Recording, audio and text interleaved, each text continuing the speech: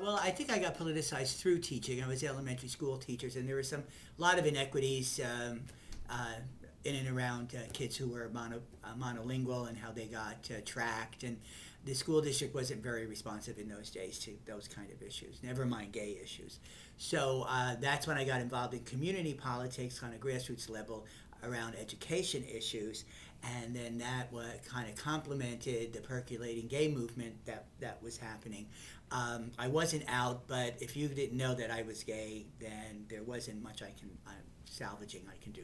And eventually, of course, I just came out and was very upset by all the nasty comments on the playground, but also in the teacher's room.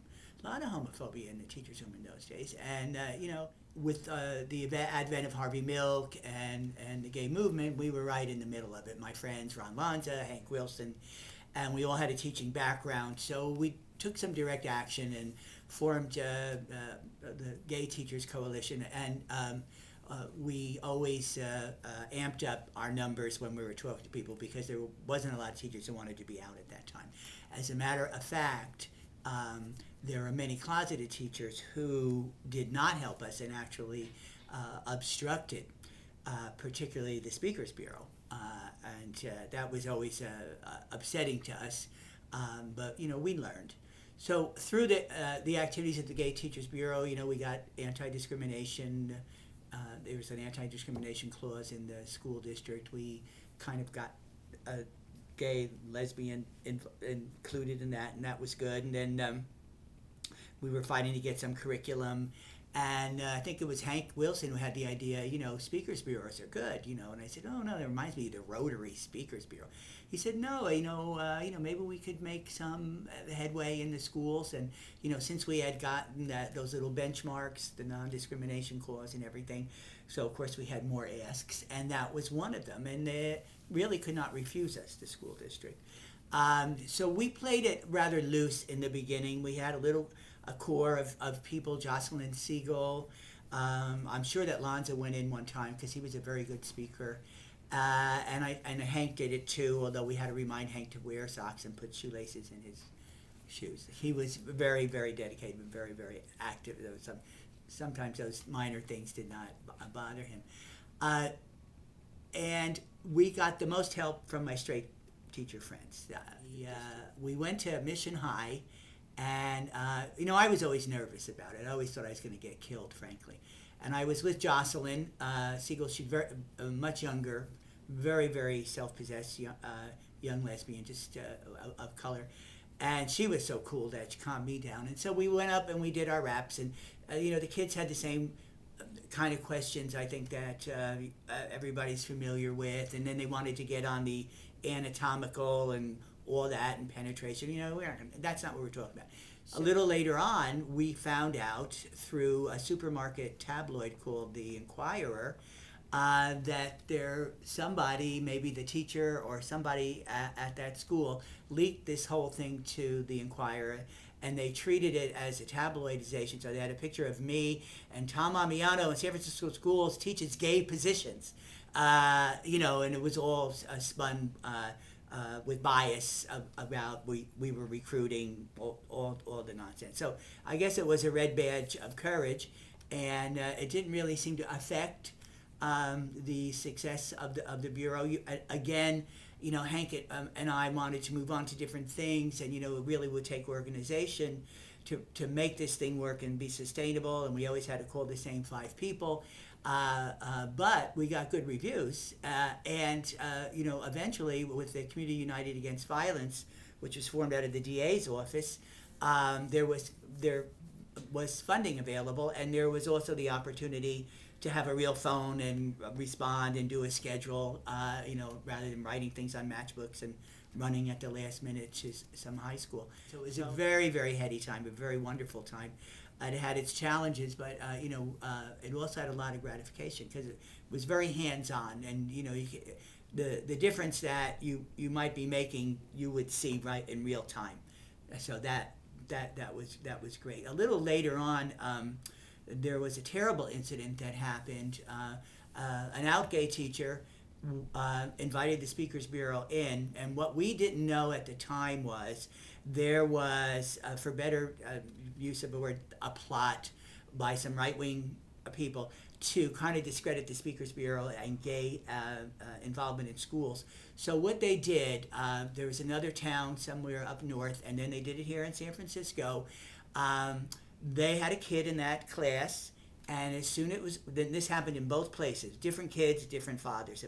And then that kid alleged that the presentation was inappropriate, talked about dildos, something very, very far-fetched. In those days, we didn't record things, which would have been interesting today. So the kid was set up to say, I've been traumatized by this.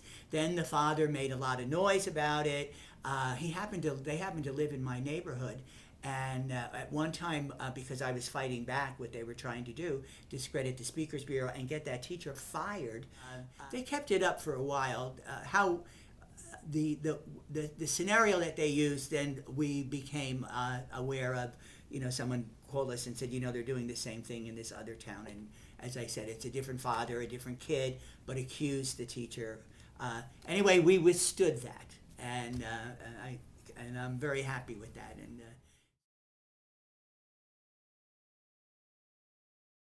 it was very threatening. I mean, and of course, there's was always the inference, if not outright lie, that you were a child molester, you were this, you were that, and so in terms of the gay establishment, they really were a little nervous about gay teachers too, because there was still a lot of self-hate, but there were also, you're going to bring up all these things about recruiting and all that. It's going to be unpleasant and all.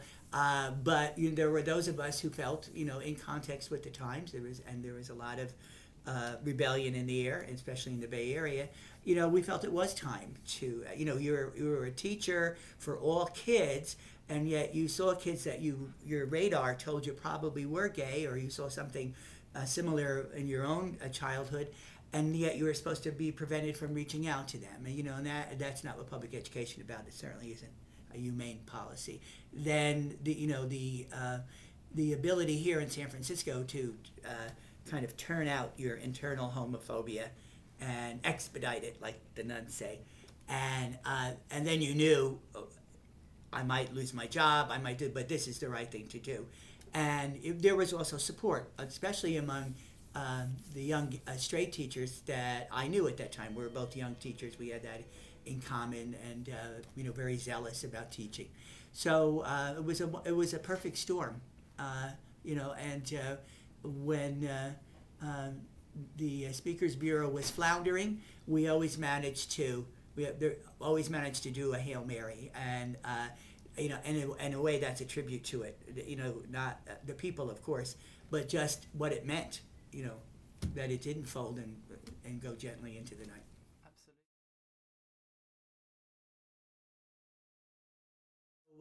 After that, Briggs started, and it's ironic for me because he was a state senator, and now I'm in the state legislature. In fact, I understand he's still around, still alive, and we still have attitudes like his, believe it or not.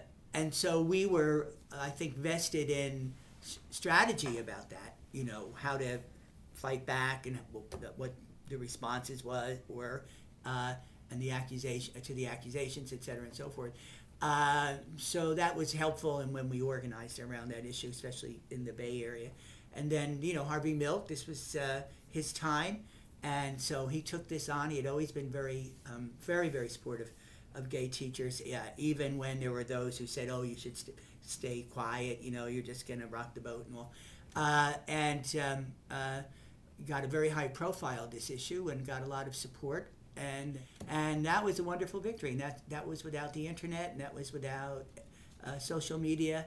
It was all networking up and down the state, and it lost the anti-gay teacher thing 2-1. Very significant. I wish we.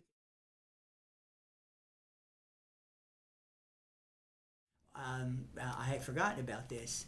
So, as the AIDS crisis unfolded, and we had the Speakers Bureau, we eventually, if I have my memories right, we hooked up with AIDS educators, and so there was a double effort happening.